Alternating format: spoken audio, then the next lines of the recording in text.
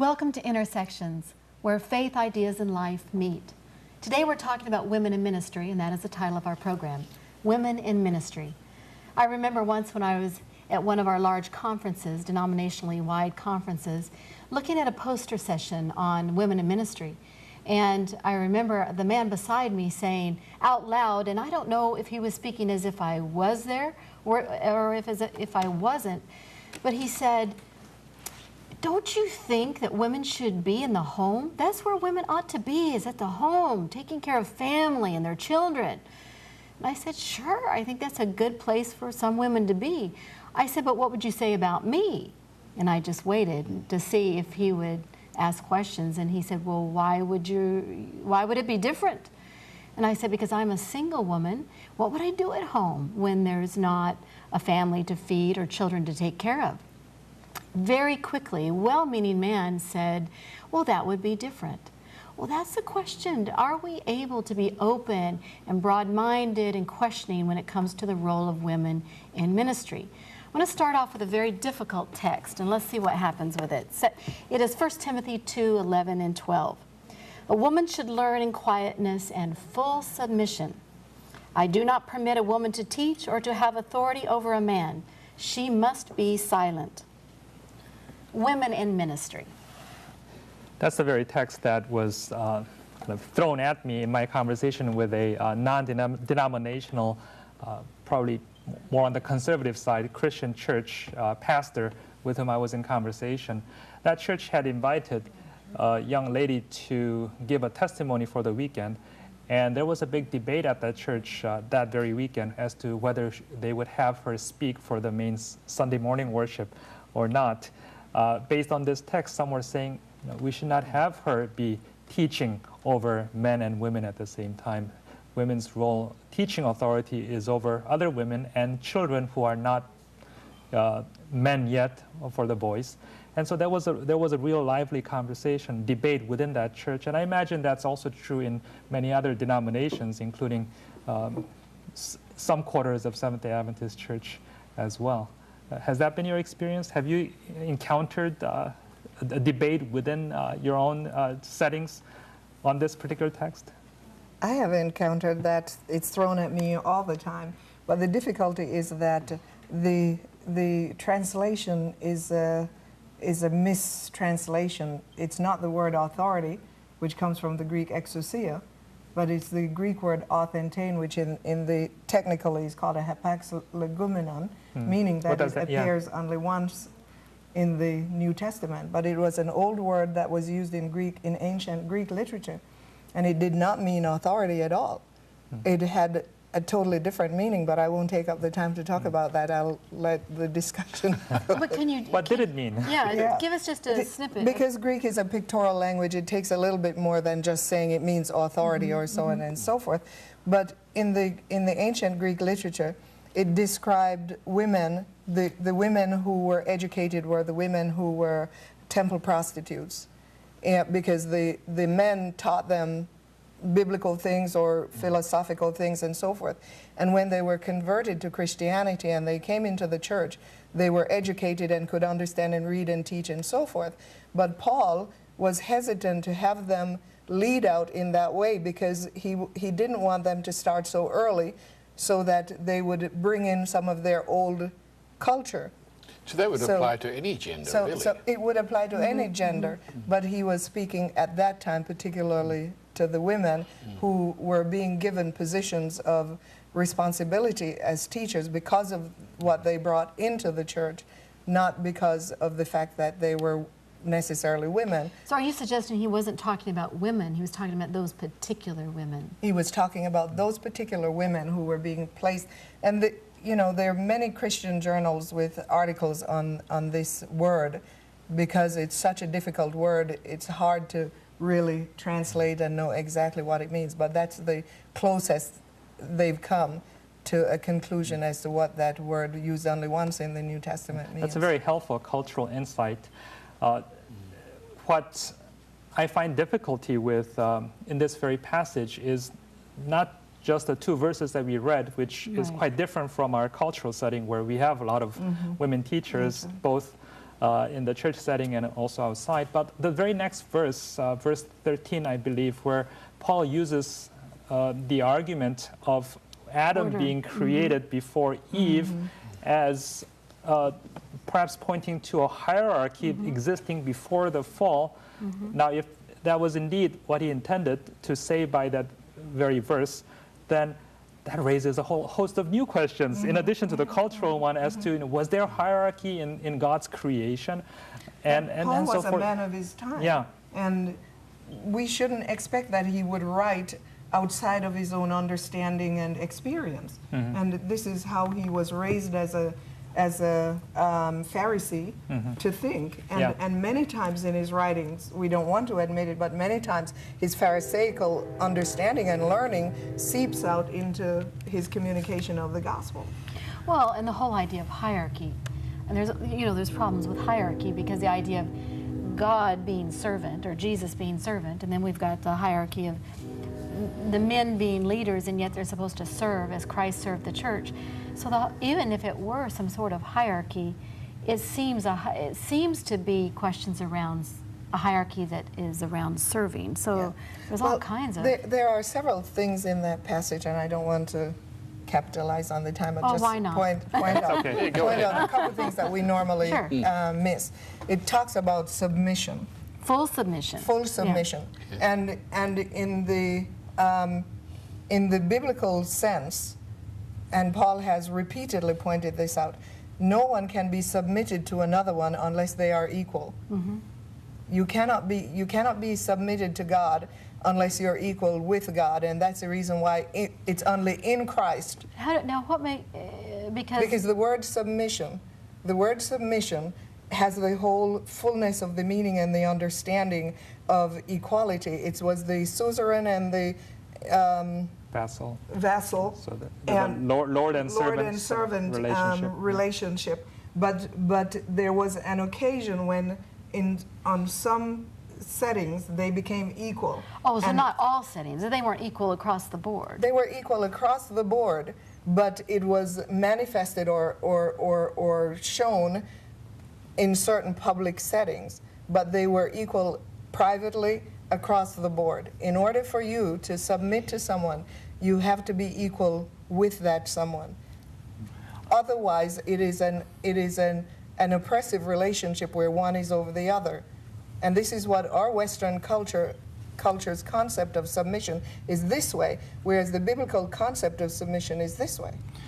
You know, we get focused on Paul. Of course, he wrote a lot of the New Testament. But I think before we get into that culture with this culture, we have to remember that other parts of Scripture talk about the role of women, and they were very prominent. In Luke Acts, for example, you find that the women of Galilee, prominent women who had means, actually seem to have traveled with the disciples all the way to Jerusalem. And then in Jerusalem, they take over to take care of the body and so on. These were well-placed women. And then you get into Acts, and the pattern continues, where you have women who are head of house churches, and probably were related to very prominent people in Rome and so on.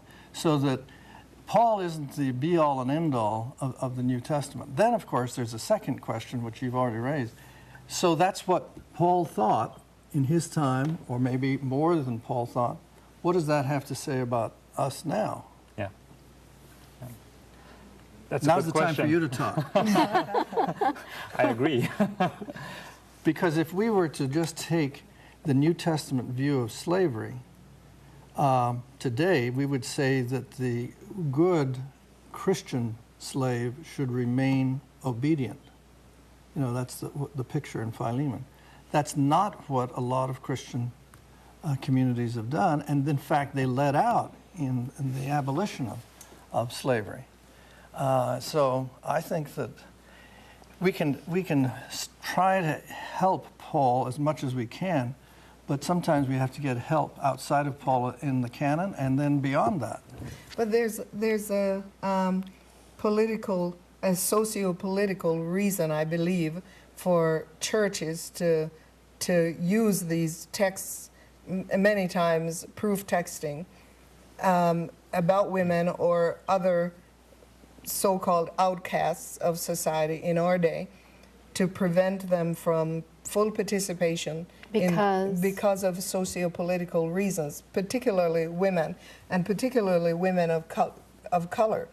Because in our denomination, it was one of the only places in America where a black man was given respect, authority, recognition as the head of a household, because in our society, black men are vilified all the time for whatever reason, even if they're president.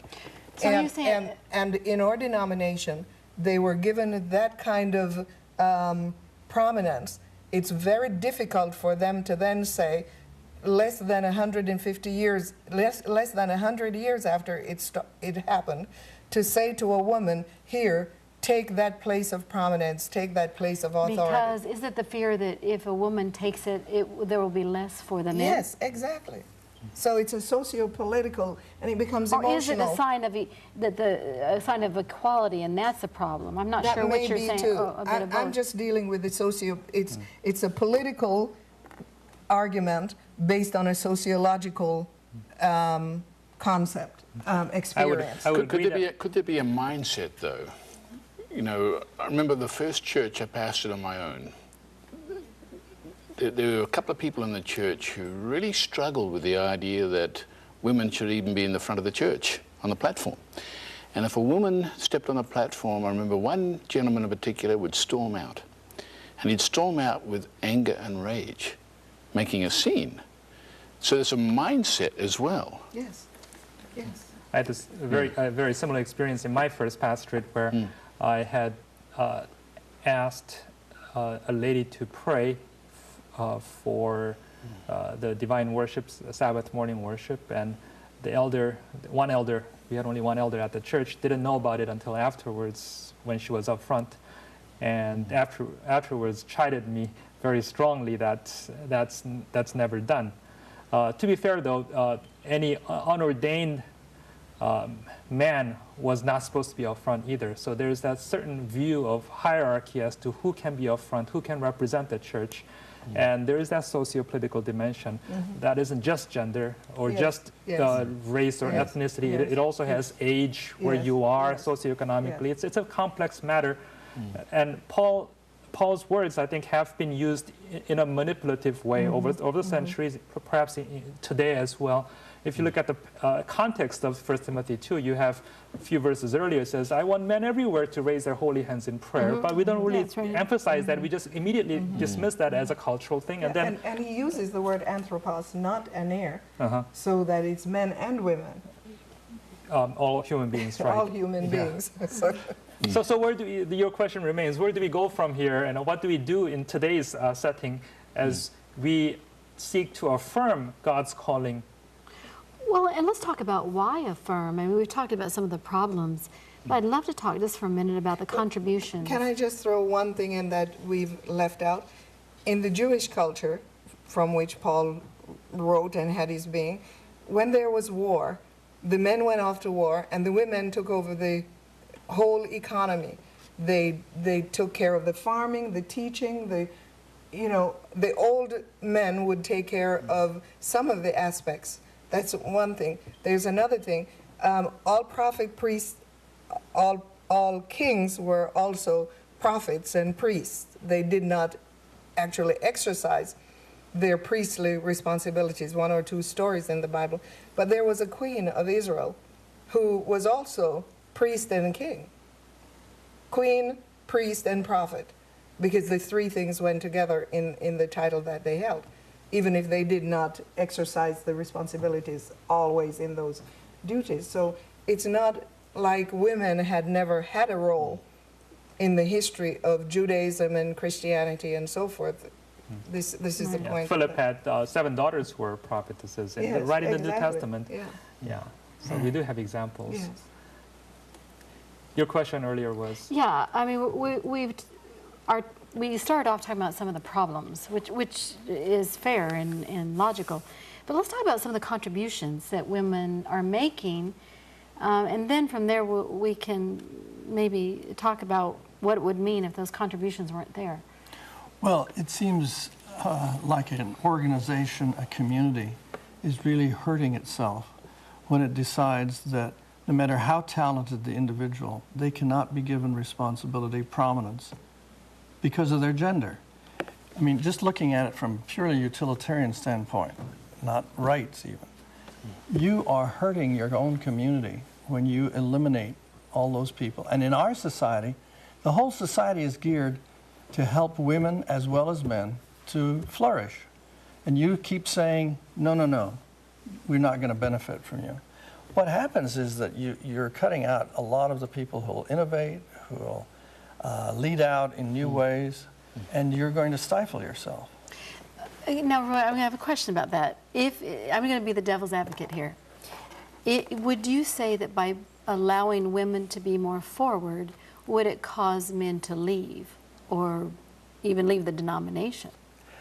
Those who left, I'd say goodbye to them. Oh, Well, okay. so he's not a devil's advocate. Say, They will get used to it after a while. And I'll tell you, if they have daughters, and the daughters see women who are doing great things, the men will be affected, daughters will be affected, and if the daughters say, I want to be like that woman who's speaking, the father and the men around that girl are going to be affected. So if you hold back because of fearful men, you know, then you're still going to shut out people who have talent. You know, I think in my own experience, I've gone to places to speak where people said absolutely not. When I went to one of the places in Australia, there was a group that said, if you get in the pulpit, we're going to beat you till you have no voice and no face or anything. Now, what do you mean beat you? You don't. They were Physically. physically going to beat me, and the But conference. these were threats Yeah, these were beforehand. threats, and the conference president gave me a bodyguard that walked with me throughout the campus.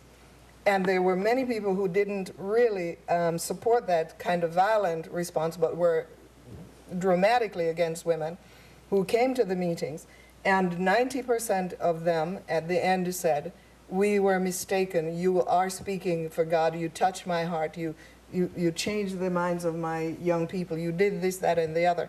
And I think what is needed is to see more women doing ministry, because that's how hearts are changed. Not sitting and arguing about our rights, but rather getting out there. Huh? Do you feel like you were called to the ministry? No, I don't feel like I was called to the ministry. I know I was called. If I felt like it, when people are a pain in the neck, I would leave. So you're saying if your call was based on feelings, you wouldn't be here? I wouldn't be here. But I know that I was called by God, not by any human beings. And because I'm so certain, I don't care to convince anyone else that I am. I simply live what I know and believe. No, I feel In a called broader to. sense, Yeah. though, isn't everyone who's a follower of Christ called? Yes, yes, And- but she asked called Right. to ministry. Right. Yes. And So well, this- even in This this profession. professional But are you ministry, saying but everyone is called everyone, to ministry? right? There is a calling that Scriptures clearly talks about as to called into the church, and also called to witness, called to Yeah, the testify, priesthood of all believers. right? And that has to and must and does include women. And so women in ministry, in the most broad and general sense, every follower of Christ is a minister for Christ's kingdom. And I think the difficulty comes when we see certain gradations and valuation of certain class of individuals as being more important, and trying to exclude some gender. Okay, Yeah. down that road, you know where you go. Down that road, you end up saying, nobody needs to be ordained, including women. Now, if you can convince within the Seventh-day Adventist community the world church to eliminate ordination, I can follow you down that road. Good luck. Because the fact is that ordination is not going to be wiped out by the world church. And as long as this church has ordination for the ministry, then women should have it as well. I would agree with you. At the same time, I think the way we practice ordination is not really biblical. Yeah, that's true. And so I think there needs to be some kind of a Okay, change. Well, what do you Julius, mean by that? you Yeah, just- but we have traditions. You don't that think we- there's ordination in Julius, let him Scripture? defend Correct. himself. Oh, somebody's attacking now. No, we're all attacking I you. agree with Julius. You're happy. We're all attacking When you. I say biblical, I was being a bit provocative. Oh, you're backing off. No, I'm No, not. you're really right. It's not biblical in the sense that we've made it into something that is beyond recognition of God's calling into some sort of a promotion, something that is within the church system. You know, after you pass a certain number of years, have proven something in terms of numbers and record, we give this to you because you have both performed well and behaved, and we think that you will be a good functionary. I mean, that's a bit of a cynical way of putting it, but that's how we've made that ordination business into. And so the way Yeah, we... but you're collapsing two things, it seems to me. One is ordination, as described, let's say, in the New Testament, and the other is licensure. Mm-hmm. It seems to me what you're talking about is particularly true of licensure. Uh-huh. But ordination of in a service in which people who have been set aside and acknowledged to be set aside by the church, who then put their hands on somebody else, that is very biblical. And let me give you an example where I do not think that it is just bureaucratic, and that is in China, where there are women who have been called, they feel, to start up churches. Not only that, but to lead whole districts. And there have been people who have come from other parts of the world and have laid their hands on it. Now that is ordination, it seems to me, whatever licensure might say. Yeah, I would agree with you on that point, But yeah. the biblical ordination Right. was not that a group of already ordained men were the only people who could lay their hands on the ordinance. The biblical ordination, this is why I'm agreeing with Julius, is that the biblical ordination was not left up to the officials of a church or the selected few. It was the people of that particular congregation who had witnessed and could affirm the calling in the life of that person who came forward and laid their hands on that. Well, and that's why I didn't want to water down the Yeah. idea of a calling, because it seemed like you all were watering it down just a bit, that it's everyone's called. But I think a real calling has to do with being so passionate about something that you cannot do it. Except- and not everyone has that sense, That's either right. by feeling or That's by right. Yeah, but intellect. let's talk about a call for a minute. Is a call something that happens simply to an individual, or is a call something that happens to an individual within a community? Does everybody who says, I've got a call, should they No. be It's recognized Definitely as having a both. call? It's Pardon me? got to be both. It's got It's gotta be both. both. It depends Gotta on who check that called them call. and where that call came from. Well, you know what? At least it can't just be her saying, you know what, I've got a call, now here. Are you No, saying that the but- community has to but- validate but that this- call this and is- say over that time, this is they why- believe in it as well? Right. It's not This just is why one- ordination, biblical ordination, was the affirmation of the community who witnessed and could say, yes, indeed, I have seen in the life of Carla Right. this calling, and they then laid think their we hands is Lee's getting a calling. we are really under time constraints here. I mean, my question here, with all that in context, and we could go on and on, this is an incredible topic that needs a lot more you're talking about, but would you advise a young lady, Hyveth, who felt called to ministry in maybe a country where it's not really traditional? Yes, I do it all the time. What do you tell them? There could be somebody even though watching. the doors- I'm invited Yeah. regularly by Yeah. people in other countries to come and speak so that I can do exactly that, which is to say to young ladies there, go after it. If God has called you, go for it. Even though, Hyveth, you Yeah. know, at this point, the numbers of women in ministry is not as open as it has been. Wouldn't Yeah. you agree with that? Yes, that's correct. So would you warn a woman of this in the view that she might not have yes, a job? Yes, this is why So the you would call. still This is encourage why her- the call is so important, because when you have a call from God to do a particular work, and not necessarily parish ministry, it could be being a professor in a university, or being a physician, or something in a very spiritually significant way. You must know that you have a call, because the road is not easy. Stony is this road we tread. It is very rocky. It is very difficult. And there are many pitfalls. So you've got to know this is the only thing I can do on earth with passion and with feeling confident that God is with me. Then go for it, because God always provides a place. Even if it appears as if things are diminishing. Look, things are diminishing, yet we just appointed another woman to be pastor of one of the largest churches in our denomination, to be Just pastor. this week. Just this week at the La Sierra University Church. If you look at the amount of people who are coming into ministry, the amount of women, you would say, this can't happen. But when God calls, he has a place provided. And the other thing is that the people who are running the world will not live forever. We will pass on to other places and things. Well, I mean, you're very negative about the progression, but it seems to me that we ought to give credit to this conference here, Southeastern California Conference, that has said that they're giving the same license to both men and women. And they're making the ordination services, and I think this is happening not only in this conference, but throughout North America. They're having them often done in churches, underscoring symbolically the fact that the church has asked for the women. So, I mean, I think we have to congratulate parts of the community that are responding to it. And also what's happening in China. Well, as far as the church responding, why do you think men in this conference have similar licensures?